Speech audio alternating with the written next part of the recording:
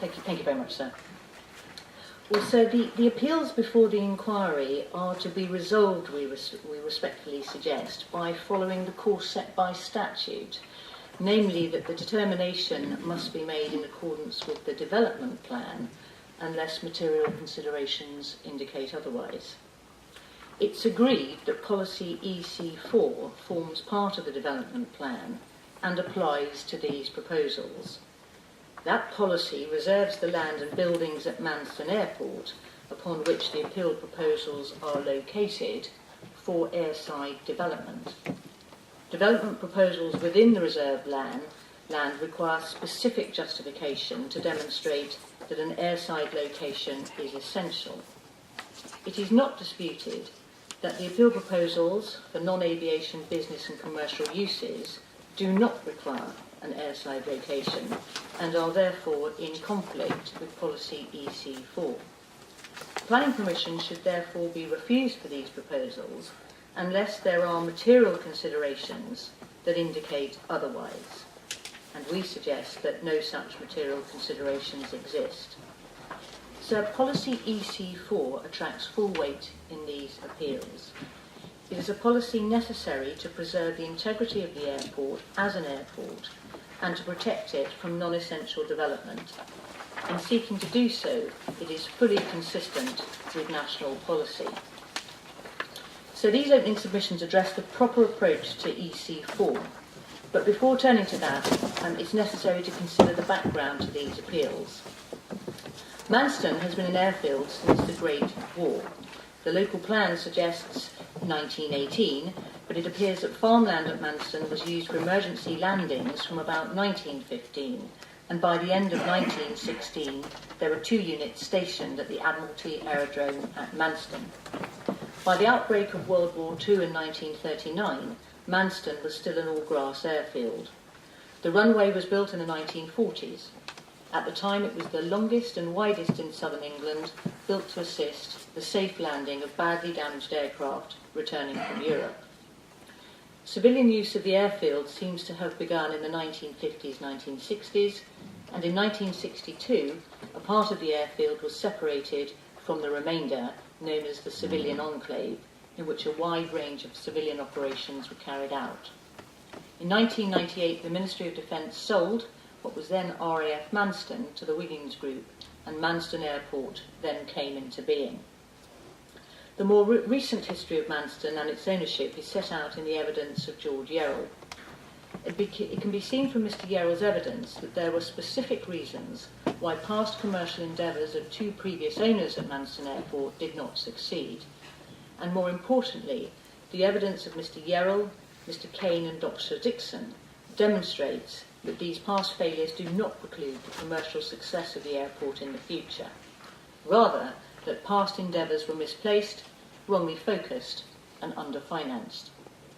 In addition, Mr. Yerrell's evidence also explains that Thanet District Council's failure to pursue a CPO for the airport land, with River Oak as an indemnity partner, in order to ensure the use of the land as an airport, was through no fault of River Oak or through a lack of endeavour on River Oak's behalf. Mr. Yerrell explains that River Oak had offered to enter into a perfectly usual and acceptable indemnity agreement, which required River Oak to do and provide what could be reasonably expected at that stage of the CPO process, and which completely protected the Council against any financial liability if the CPO was confirmed. The opportunity for Thanet District Council to acquire the airport for airport use was there for it to take, but rather it chose not to do so. River Oak has also made 4 offers to purchase the site from the appellant in order to bring it back into airport use, the last being made last year for a premium value of £10 million. In addition, the acquisition by the appellant and related companies of the airport land for £1, and the evidence provided that the owner refuses to use the airport land as an airport in the future because of a desire to promote 2,500 dwellings as part of a residential-led mixed-use scheme, is neither here nor there. The planning system works in the public interest and is not there to support private interests or aspirations which conflict with policies that protect the airport, so long as that remains a reasonable prospect, which clearly it does. The remainder of these opening submissions briefly address the key issues arising in the appeals in the following order. Firstly, whether the use of buildings for non-airport related use is acceptable, having regard to development plan and national policy, whether the proposals would compromise future aviation use of the airport, whether the proposals would create additional need for buildings in the countryside were airport operations to resume, and whether alternative employment land exists elsewhere. And then finally other matters, including the CPO and the development consent order as a way of reopening the airport. And so you'll see that those issues effectively reflect the issues that you yourself very helpfully identified back in February, or in the middle of February. Whether the use of buildings for non-airport related use is acceptable, having regard to local and national policy. So the proposed non-airport related uses are contrary to policy EC4. The appellant's evidence suggests that policy EC4 should not be given full weight in the appeal decisions.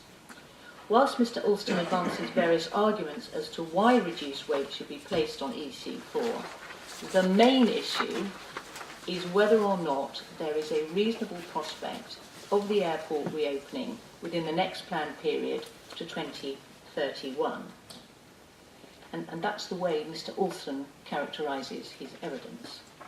If there is a reasonable prospect of the airport reopening, which clearly there is, then it is essential that airport land is reserved for airport uses in the national interest, and policy EC4 be given full weight in the decision-making process.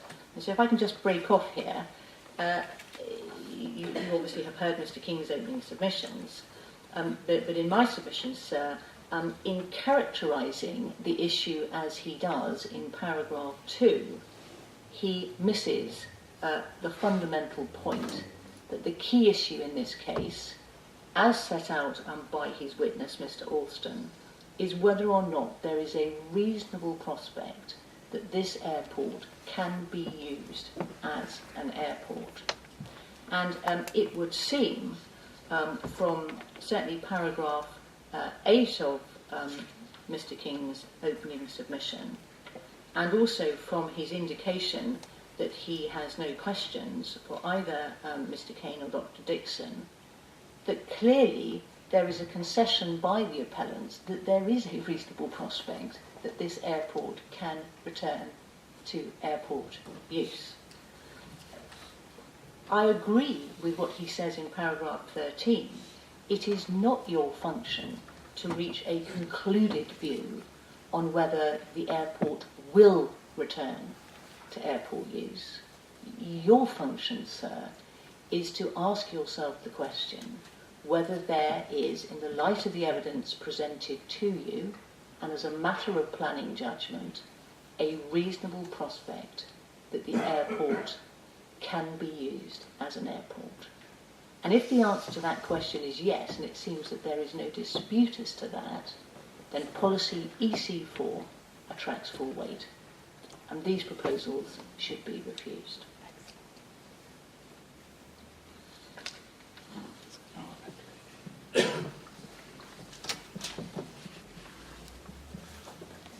Just coming back then to my opening submissions of paragraph 14. River Oaks' proposals for Manston Airport is for a freight hub airport with some passenger services.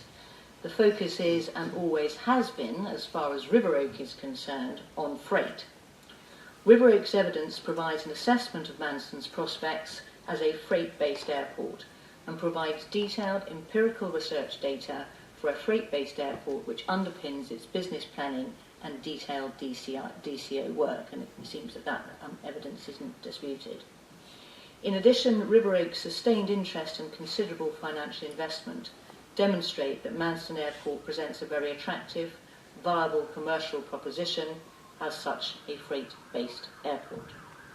It's patently clear from River Oaks' evidence that the reopening of Manston Airport as a freight-based airport with passenger services is indeed a reasonable prospect, and it would seem that that is not challenged.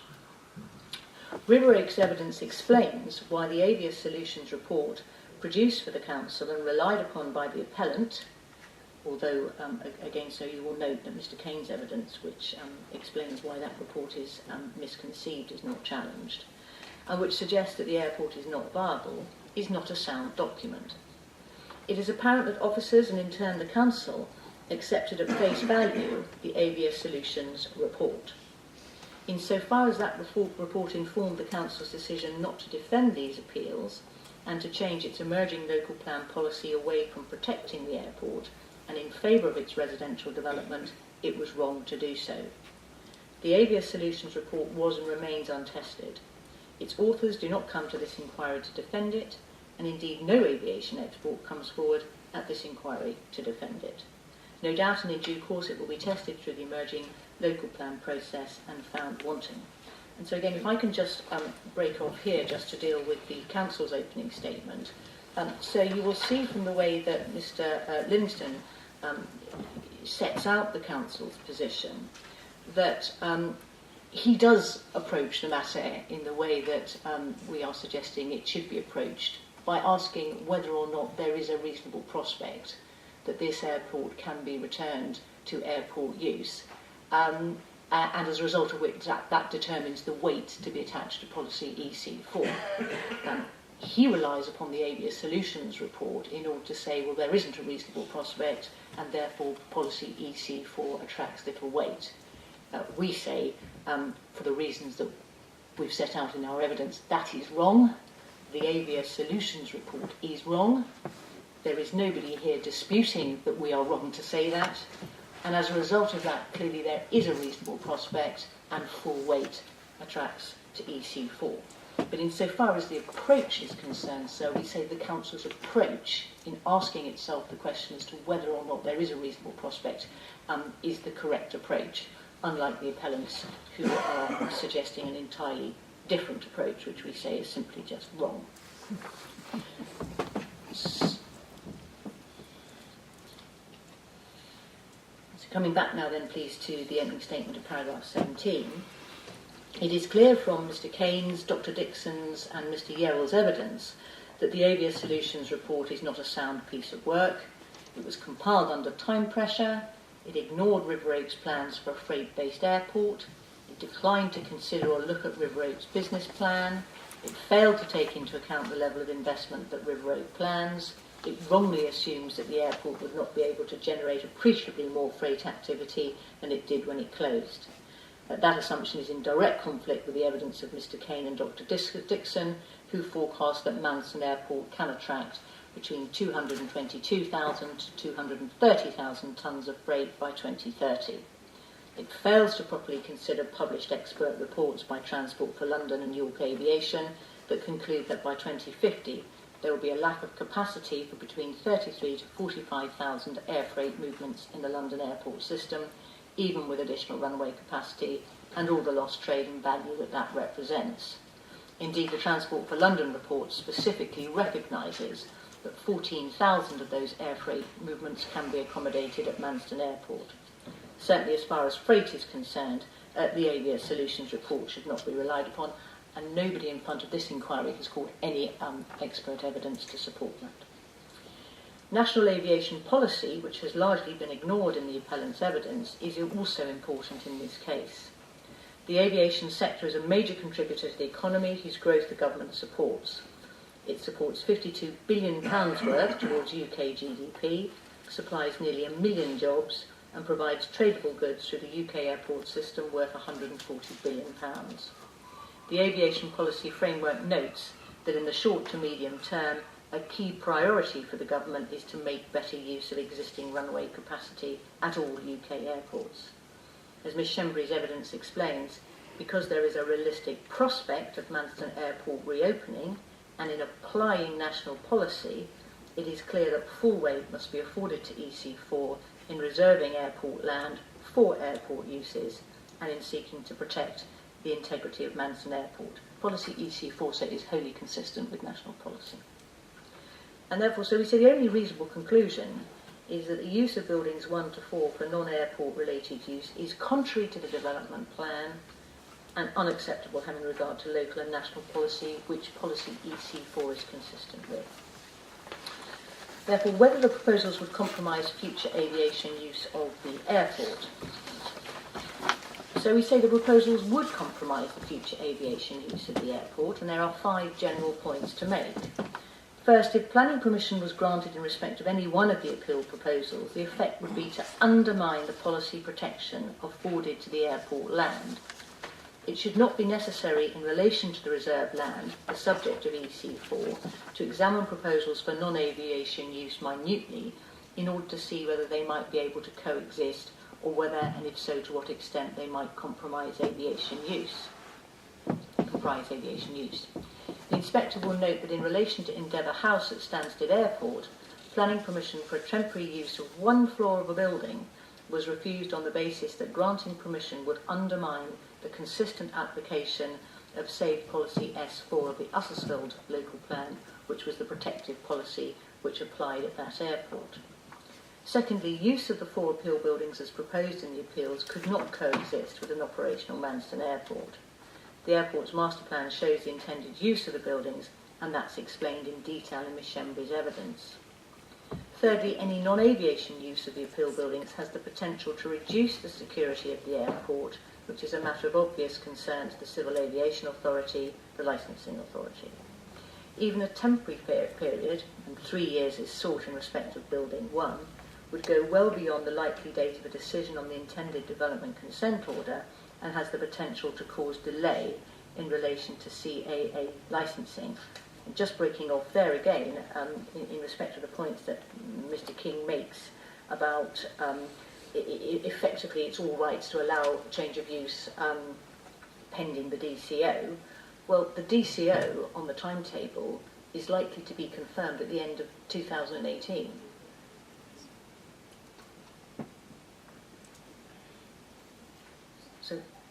So that's just over 18 months away. So. Fourthly, given the likelihood of disruptive activity arising from works immediately required to bring the airport back into operation, it is impractical to be introducing non-aviation occupiers onto airport land now.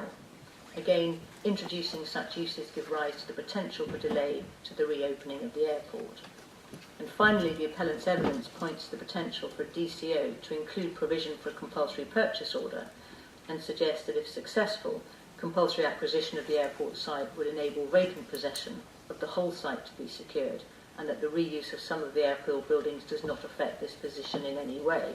The appellant, perhaps naively, has failed to appreciate that the introduction of new occupiers onto land the subject of an imminent DCO application is only ever going to lead to additional complexity, reduced certainty and delay. Plainly, vacant possession can be secured, but introducing new uses now has the potential to have a material effect on timing and certainty in relation to timing. And we say that's precisely why, if there's a reasonable prospect that the airport can be put to airport use, full weight applies to EC4, which protects the integrity of the airport. Planning permission is sought for the change of use of Building 1 for a temporary period of 3 years for the general uses set out there. The use of Building 1, as proposed, could not coexist with an operational Manston airport. Ms Shenbury produces the airport master plan, and from that it will be apparent that the use intended for Building 1 is as a maintenance, repair and overhaul facility. It's a building suitable for that purpose. It's designed in such a way that its doors open fully so as to allow aircraft to manoeuvre into the building, and it's of sufficient scale that it can accommodate aircraft. There is no other building at the airport at present which has the same or similar characteristics, and Mr Alston does not suggest that the use of Building 1 could coexist with an operational airport. Instead, he points out that permission is sought for a temporary period only, but we say that's for far, far too long in any event. Whether the proposals would create additional need for buildings in the countryside were airport operations to resume. If Manston Airport were to reopen, it will be apparent that non-aviation use of buildings 1 to 4 would not be acceptable. As things stand, a CPO in relation to the site as a whole would be needed, and in the end, vacant possession of those buildings would be secured. Without occupiers, that would be less complicated and timing more secure. It is highly unlikely that the buildings could be in a non-aviation use and coexist with an operational airport. And Mr King doesn't, I think, seriously suggest that it could in his opener. For that reason, it's unlikely that new buildings in the countryside would be needed as a result of aviation uses being displaced by non-aviation uses. However, if planning permission was granted and the buildings thereafter remained in non-aviation use, then clearly in that scenario additional buildings would be required. And just briefly turn to whether alternative employment land exists elsewhere. So there is no shortage of available premises or available land, as Ms Shembury's evidence amply demonstrates. It follows that very little weight can be placed on the benefit of providing employment land at the appeal site, or the jobs that may come with that, as those jobs can be created in any event within the local area on employment land. And just pausing there, so insofar as your site visit is concerned, we may be asking that you pop across the road to Manston Business Park and see the amount of available employment land and premises that exists there. And then finally I turn to other matters, including the latest position in respect of possible compulsory purchase order or development consent order. River Oaks evidence provides up-to-date information about the progress of its DCO application. River Oak is on track to submit that application in the summer of 2017. There's a tightly prescribed timetable which follows thereafter, which should lead to a decision by the Secretary of State on the DCO before the end of 2018. Delays that occurred to the DCO process last year were largely due to the appellant's refusal to allow River Oak and its consultants access to the airport to carry out the necessary survey work in order for it to prepare its environmental assessment for its proposed DCO. That left River Oak with no alternative but to make an application to the Planning Inspectorate under Section 53 of the Planning Act to require that access be provided. The Planning Inspectorate granted such access in December 2016, and in doing so recognised that River Oak's proposal to use Manston Airport as an airport through the DCO process is a project of real substance, which is the test for granting of access against an owner's wishes under Section 53. And just putting there, insofar as the appellants rely on any delay to the promotion of the DCO, that is largely as a result of their own actions in refusing my clients access onto their land. And so finally, in conclusion, in due course, sir, we will be inviting you to dismiss these appeals on the basis that they are contrary to policy EC4 of the development plan, and there are no other material considerations that would justify a decision contrary to that policy. And those are my submissions. Thank you very much, sir.